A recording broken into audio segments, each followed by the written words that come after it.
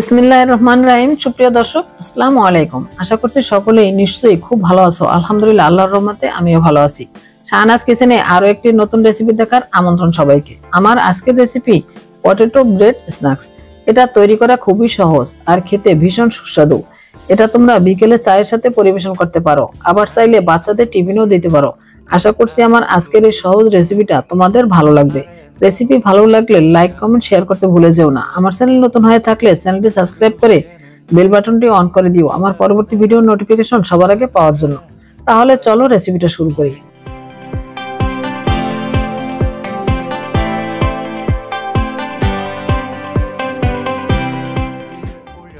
এজন্য চুলায় একটি প্যানে দিয়ে দিচ্ছি সরিষার তেল 1 টেবিল চামচ, পেঁয়াজ কুচি দিয়ে দিচ্ছি 1/4 কাপ, কাঁচামরিচ কুচি 2টি। এখন দিয়ে দিচ্ছি এখানে আমি মাঝারি সাইজের 4টি আলু সিদ্ধ করে ম্যাশ করে নিয়েছি। দিয়ে দিচ্ছি সামান্য পানি। এবার দিয়ে দিচ্ছি হলুদ গুঁড়া 1/4 চা চামচ, মরিচ গুঁড়া দিয়ে দিচ্ছি 1/4 চা চামচ, চাট মশলা 1 চা চামচ, জিরা গুঁড়া দিয়ে দিচ্ছি 1/4 চা চামচ। এবার সমস্ত মশলা আলুর সাথে মিশিয়ে নিচ্ছি। এ পর্যায়ে দিয়ে দিচ্ছি সিদ্ধ করা চিকেন 1/2 কাপ, টমেটো সস দিয়ে দিচ্ছি 1 টেবিল চামচ, আবারও একটু মিশিয়ে নিচ্ছি। এখন দিয়ে দিচ্ছি 1 টেবিল চামচ ঘি, ঘিটাও আলুর সাথে মিশিয়ে নিচ্ছি। এবার নেড়েচেড়ে আলুটা ভালো করে ভেজে নিচ্ছি। আলুটা প্রায় ভাজা হয়ে গেছে। এ পর্যায়ে দিয়ে দিচ্ছি 1 চা চামচ চিলি ফ্লেক্স, 1 চা চামচ দিয়ে দিচ্ছি অরিগানো, আবারও সবকিছু মিশিয়ে নিচ্ছি। সবশেষে দিয়ে দিচ্ছি পুদিনা পাতা 1 টেবিল চামচ। আমার আলুর পুরটা একদম হয়ে গেছে। আমি এবার চুলা থেকে নামিয়ে নিচ্ছি। এবার এখানে আমি 3-4 পিস ব্রেড নিয়ে পানিতে ভিজিয়ে তারপর হাত দিয়ে এভাবে চেপে পানিটা ফেলে দিচ্ছি।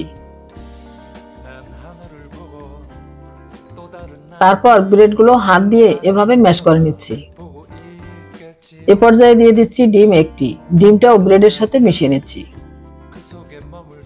এখন দিয়ে দিচ্ছি ভেজে রাখা আলু, পেঁয়াজ কুচি দিয়ে দিচ্ছি 1/4 কাপ, ব্রেড ক্রাম্ব দিয়ে দিচ্ছি 1/2 কাপ।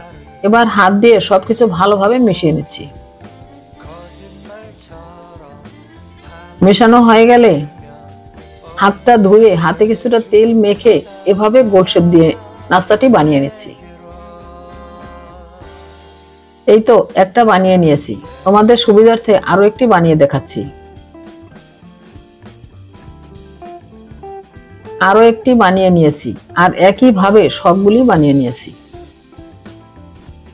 এবার এখানে আমি একটি বাটিতে একটা ডিম, 1 টেবিল চামচ ময়দা ও 1/4 কাপ লিকুইড দুধ দিয়ে একটা মিশ্রণ বানিয়ে রেখেছি। এখন এই নাস্তাগুলো ময়দার মিশ্রণে ডুবিয়ে ব্রেড ক্রামে গড়িয়ে কোট করে নিচ্ছি। এই তো একটা কোট করে নিয়েছি। আমি আরো একটি করে দেখাচ্ছি।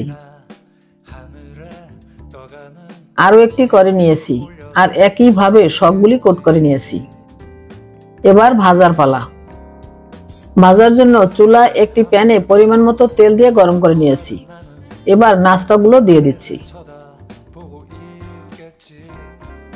দেয়া হয়ে গেলে অপেক্ষা করছি এক পাশ কিছুটা হওয়ার জন্য। এক পাশ কিছুটা হলে উল্টিয়ে দিচ্ছি আর এভাবে উল্টিয়ে পাল্টিয়ে ব্রাউন কালার করে ভেজে নেব। আমার এক ব্যাচ নাস্তা ভাজা হয়ে গেছে।